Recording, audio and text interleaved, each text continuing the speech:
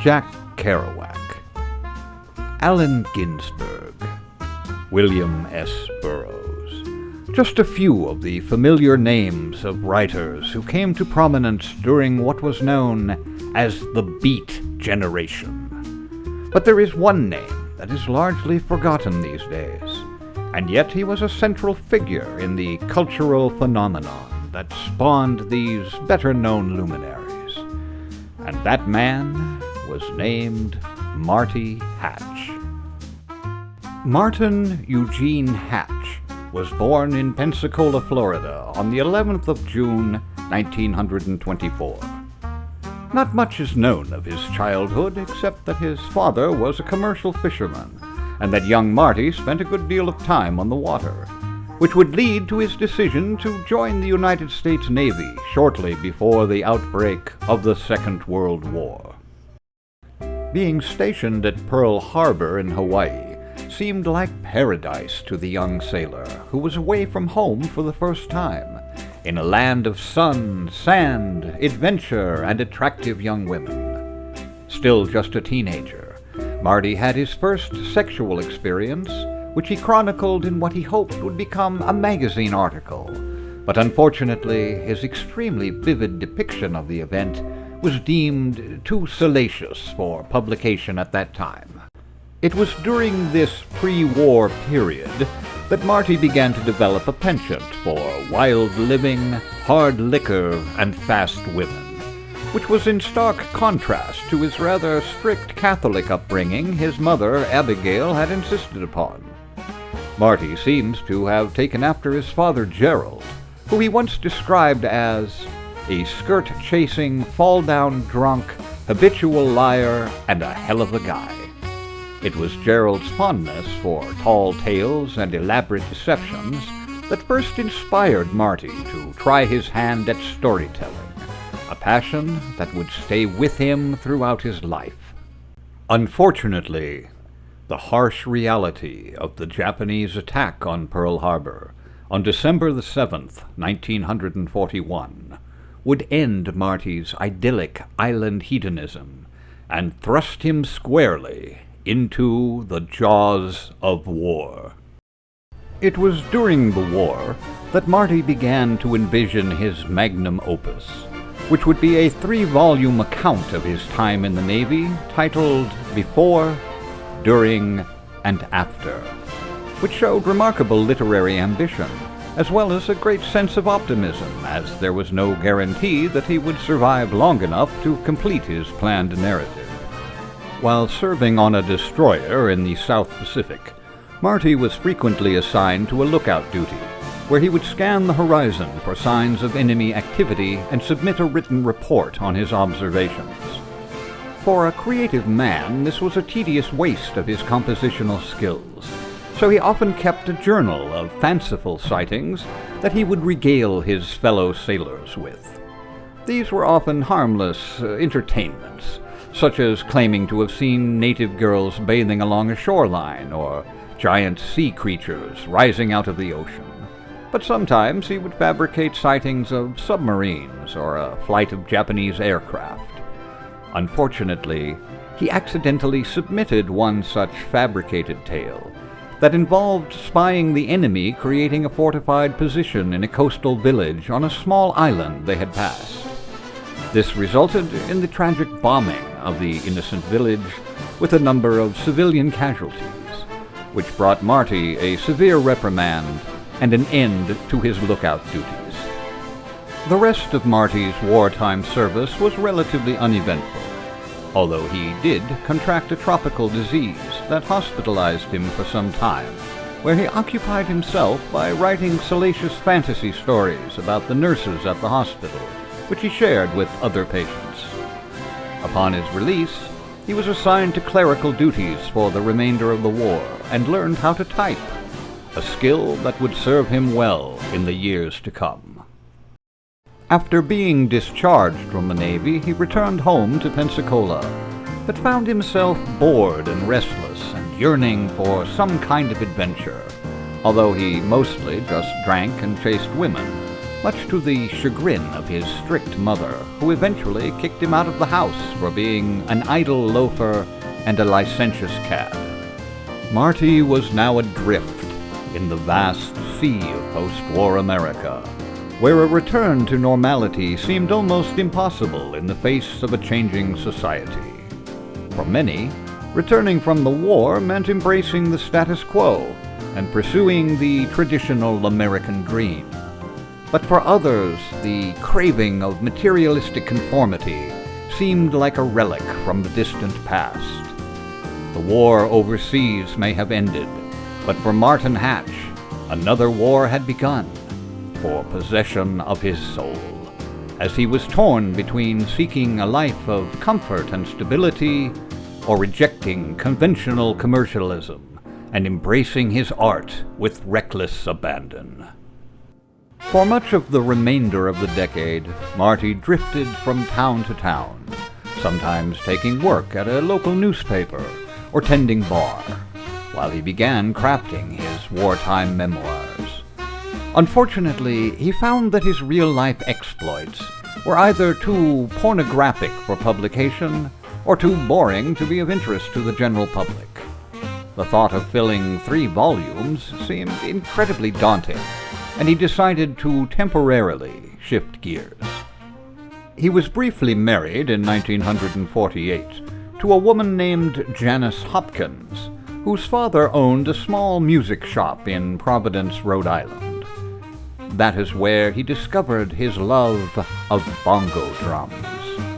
From then on, he played them incessantly, to the point that it was cited as one of the reasons for the failure of his marriage, although his heavy drinking and constant philandering probably contributed more to the inevitable breakup.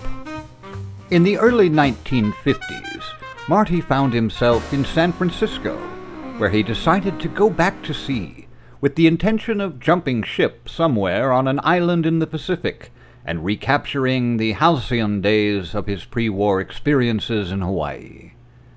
Unfortunately, he chose an island that was scheduled to be decimated by the testing of a nuclear bomb, and barely escaped in time to avoid total annihilation, in an incident that eerily echoed his unfortunate mishap that had caused an entire village to be wiped out based on his erroneous reporting. Eventually, he was able to work his way back to America and arrived in New York City. He soon discovered that the changing times were beginning to align with his devil-may-care outlook and sexually promiscuous attitude. He even found a degree of acceptance for his bongo playing among the emerging beatnik cafe society. Unfortunately, his penchant for percussion would spark an ongoing feud with celebrated beat poet Allen Ginsberg, when Marty, so caught up in the author's reading of the early beat classic Howl, felt compelled to accompany Ginsberg's words with his own improvised bongo musings. Ginsberg was furious, but some in the audience have stated that the reading took on an extraordinary level of passion and intensity. Nonetheless, Marty had made a powerful enemy in a world that he would soon desperately crave entrance to. Marty did have more success, however, making the acquaintance of another prominent writer, Jack Kerouac, as the two bonded over their shared experiences in the Navy. Kerouac had also been hospitalized while serving, and Marty showed him his lurid fantasy stories involving nurses, which Kerouac initially dismissed as childish rubbish, but later praised for its unflinching honesty in exposing the lust in the heart of the author. Kerouac was also interested in Marty's experiences crossing the country after leaving Pensacola, and some have suggested that it may have influenced Kerouac's own writings. It is known that Marty was invited to participate in a leg of the journey that would ultimately inspire Kerouac's masterpiece, On the Road. But Marty overslept, and Kerouac grew tired of waiting for him and left him behind. One is left to imagine how that quirk of fate might have altered the literary destinies of both men. Kerouac definitely influenced Marty in at least one technical aspect of his writing, in that Marty was intrigued by Kerouac's stream of consciousness style, famously typing on one long, continuous roll of paper, and often ignoring conventional punctuation. Marty took this a step further, by using virtually no punctuation at all, resulting in a string of words with no spaces between them. A revolutionary concept, but perhaps a step too far, as no one could decipher what he had written. Marty seemed to have all of the ingredients of a successful beat poet: a sense of wanderlust, a desire for new adventures, a repudiation of societal norms, and an active and creative imagination. He was completely at home at a jazz club or poetry reading, often with a drink in hand, a cigarette burning, and at least one woman at his side. He could spend hours engaged in spirited conversation on a wide variety of topics, and always seemed to be working on some new project that sounded promising to those he shared the details with. The fundamental problem was that aside from his days as a local reporter, he had never had any of his work published. Of course, the difficulty of reading a manuscript that had no spaces between the words no doubt contributed to his failure to land a publisher. But there has also been proposed a theory that his writing was not very good, as evidenced in this extremely rare home recording Marty made of himself narrating a portion of what would later become titled "The Drums Are the Beat." Her bosom was like two bongos, man, only not like one bigger and one smaller. They were both like bigger, man, you know what I mean?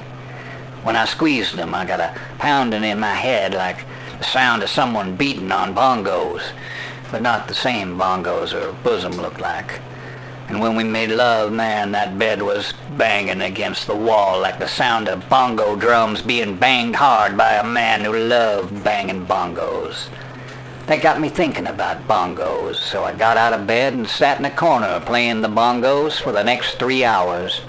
And when I looked up, the chick was gone, man. I guess she didn't dig the bongos the way I did. While some have praised the unique single-minded exploration of a theme in this passage, on the whole, one is left to feel that the author is unusually preoccupied with Afro-Cuban percussion, undermining the deeper artistic merit of the narrative in general.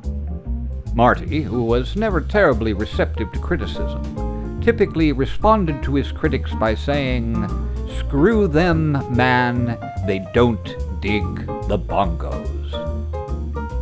In an effort to rectify his lack of publishing credentials, Marty relocated for a time to San Francisco, where he hoped to entice publisher Lawrence Ferlinghetti, the owner of the City Lights bookstore, to put something of his in print. In many ways, City Lights was the center of the beat publishing universe, and acceptance there would do wonders for Marty's reputation. Eventually, Ferlinghetti did agree to publish the bongo-obsessed booklet, "The Drums Are the Beat," in part because it was the only way to keep Marty from relentlessly tapping away in the store, to the annoyance of most of the customers. Ferlinghetti didn't give the volume much editorial attention, and it was not extremely well received at the time. But it did make Marty a published author and elevated his stature within the beat community, although publishing a love letter to the bongo drums did nothing to patch up his long-standing feud with Allen Ginsberg. It is even rumored that Ginsberg put pressure on Ferlinghetti to remove the title from his shelves, which may have contributed to the book's lackluster sales. On a whim, Marty traveled to Havana, Cuba, and received his first actual training on the bongo drums. While his style was brash and undisciplined, and at times seemed to lack rhythmic coordination, Cuban musicians seemed to appreciate his wild enthusiasm, and he was allowed to sit in with a few different musical combos, generally on nights where the audience was particularly intoxicated. His stay in Cuba was cut short when on Christmas Eve 1958, revolutionary rebels led by Fidel Castro overthrew the corrupt Batista government, and Marty was forced to flee on a fishing boat which brought him home to Florida, creating a nearly complete circle to his life. Yet fate was not quite finished with Marty Hatch just yet. He hitchhiked his way back to San Francisco, reportedly working again on his wartime trilogy.